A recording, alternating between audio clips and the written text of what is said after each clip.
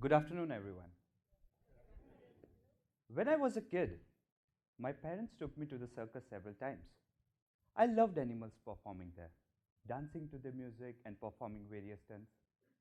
Amongst all the animals, my favorite was the elephant.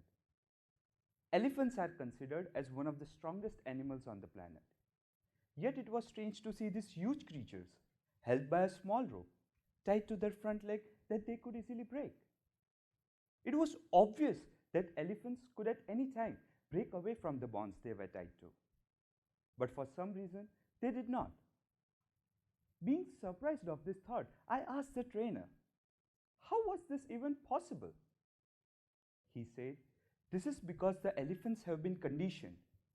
Since childhood, they have been conditioned to the use of heavy metals and chains which were impossible to break at that time in their life. As they grow up, they develop strength, but they also develop a fixed mindset to believe that they cannot break away. And that associates them with their limits, freedom, and boundaries. They believe that the rope can still hold them, so they never really try. From then on, only a rope is necessary to keep them from breaking bonds and realizing their true strength. Folks, you do realize that I'm not talking about elephants at all, don't you? How many of us go through their life hanging on to a belief that we cannot do something simply because we failed at it once? We do not try just because we have a fixed mindset about certain things. I want you to think of the word failure and go with the feeling that comes up. When I think of it, I feel tightness, discomfort, and pain. It's not pleasant. But why do we feel this way? The answer is our brains are wired to respond that way. When scientists placed people in the functional MRI machine and asked them to recall a failure, they discovered something amazing. They discovered that when we experience failure, the same areas of our brain gets activated as when we experience a physical pain. That's why even a small failure hurts so much when we think it should not, because it causes an emotional pain. However, when we fear failure, deep inside we know the reason behind our fear for the failure, and hence we avoid confrontation by diverting thoughts to some new place. Fear of failure can actually be the best thing that one can experience because it often points us to the areas we need to investigate more closely. Fear itself isn't a problem. Our reaction to our own fears is the issue. It is the response to the failure that actually helps to buffer the setbacks you have experienced in life. So I believe that the true path to success is through the fear of failure. If you are not scared enough of failing, you are unlikely to succeed. And when I say success, I only mean things that fall in places, nothing else. Whatever happened to me was because I have always been petrified of failure. In making fear of failure a rival, we miss the challenge of perceiving the message that is being sent to us. So I chose to make it an ally and gained so much out of it. I feared public speaking, so I investigated the reason behind it, worked on the things that I lacked, even refused to think thoughts which created self-doubt and low confidence in me. Later on, I started participating in public speaking events to conquer my fear of public speaking. And as a result, I earned around 85 awards and certificates for public speaking, group discussion, debates, and various other competitions. I feared failing my engineering classes, so I investigated the reason behind it. I worked as hard as I could, managed my time efficiently, understood the logic behind the theories, and as a result, I graduated in the top 10% of my class. From these experiences, I learned that it is better to have a growth mindset rather than having a fixed mindset. Terms described by Stanford University psychologist Dr. Carol Dweck. Dr. Dweck says that people in the fixed mindset believe that they are good at some things and they are bad at some things based on their inherent nature because it's just who they are. On the contrary, people in the growth mindset believe that anyone could be good at anything because their abilities are entirely due to their actions. I embrace this distinction. So I learned to have a different mindset.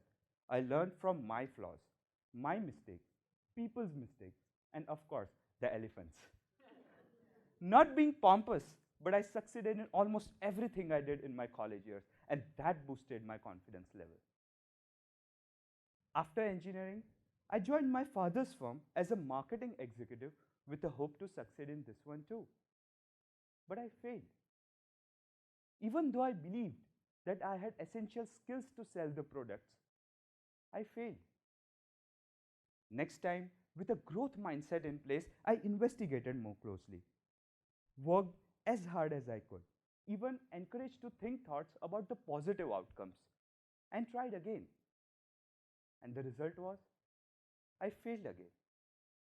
I tried for 8 long months, but I failed repeatedly. Meanwhile, our company was doing well.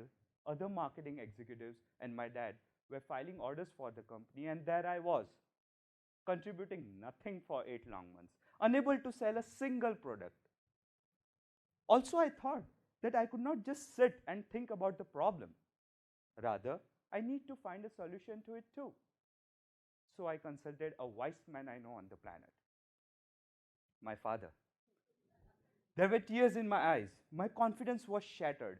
My past achievements meant nothing to me. I said, Dad, I think I'm not capable of selling products. If I cannot sell a single product, how will I be able to run this business, this empire you created so successfully in future? My dad smiled at me and said a wonderful thing that changed my life completely. He said, Karmanye vadikaraste ma phaleshu kadachana. I had the same look what you guys are having it right now. It is one of the 700 verses of Bhagavad Gita, and those who don't know what Bhagavad Gita is, it is an Indian text in Sanskrit language which has its importance in terms of literature and philosophy. The meaning of that verse means you have the right to perform your prescribed duties, but you don't have control over the fruits of your actions. He said, Son, we have the right on the performance of our duties, our actions. It's under our control. But the results are not merely dependent on our efforts. Number of factors come into play while determining those results.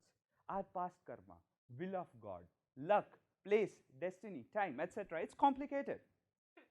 So just don't think about the outcomes, just act without having any desires of outcomes. I was not totally convinced with what he was saying. So I asked him, Dad, outcomes are basically driving force, motivations for our actions. If I don't desire to succeed, if I don't desire to have a positive outcome through my action, then why should I even act? To which he said, Pratik, the problem is that you have a result-oriented attitude, which is not a bad thing. But the time when you will be detached from the presumed outcomes of your actions is the time you will progress in life.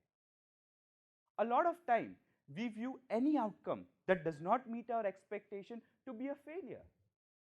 But we forget the most important part. That is, the experience that got us to that outcome. So, son, actions are where all the lessons and growth lie. Results are just the icing on the cake. So it shouldn't matter much. I understood what he was saying. So I trained myself to be what I call being demotional. Emotional about the things I do, but detached from the outcomes of it. That's what being demotional is. Whatever I did it with my full dedication, perseverance, positive attitude, and with passion. But at the same time, I was detached from the outcomes of it. If I had a good outcome, I used that for my well-being. If I had a bad outcome, I used that for my well-being. I perceived that the things that go right, that is, in which you succeed, have a life of its own, and they take care of themselves. But the things that go wrong should never ever be forgotten. I perceived that success is a wonderful thing. We enjoy it.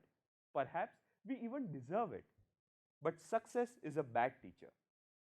We neither learn anything from it nor acquire wisdom from it. Whereas failure is a fantastic teacher.